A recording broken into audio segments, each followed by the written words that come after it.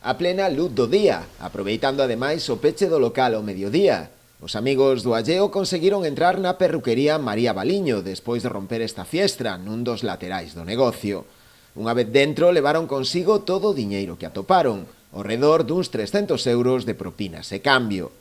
Foi unha veciña que pasaba polo lugar a que alertou a propietaria. Dase a circunstancia de que o negocio está a apenas 50 metros do concello, onde se sitúan os postos da Policía Local e a Garda Civil. Trátase do primeiro roubo sufrido por esta perruquería dende a súa apertura, hai agora 10 anos. Aínda que preocupados porque esta situación vai a máis, dende o concello sinalan que se trata de algo puntual e que a vila é un lugar seguro. Os roubos van a ser sempre inevitables, porque suceden continuamente en todos os lados, non? Pero sí que, ademais estamos falando, eu falo habitualmente ca Garda Civil, ca Policía, bueno, ca Policía por suposto, pero ca Garda Civil tamén, digamos que as estadísticas desde logo baixaron moito sobre roubos e vandalismo en xeral. Eliminalas, eso é imposible.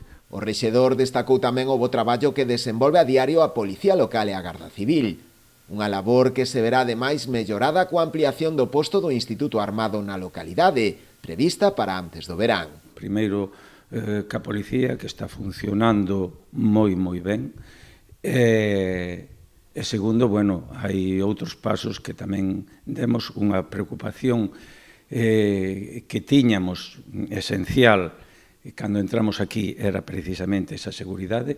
Emprendemos contactos tamén ca Garda Civil, ca delegación do goberno, e, bueno, despois de algúns trámites, entrevistas, citas que tivemos, bueno, pois conseguiuse que se abra aquí un posto da Garda Civil, que iso vai a supoñer un paso importantísimo na seguridade do Concello. Quero incidir aquí en que únicamente hai dous postos de nova creación este ano en toda España, os dous son en Galicia e un é aquí na Pobra do Caramiñal, non? Respecto ao roubo, a Garda Civil xa iniciou unha investigación para dar cos autores dos feitos.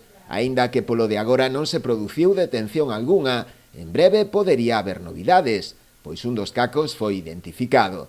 Todo apunta a que se trataría dun veciño de Ribeira, o que lle constan antecedentes anteriores por causas similares.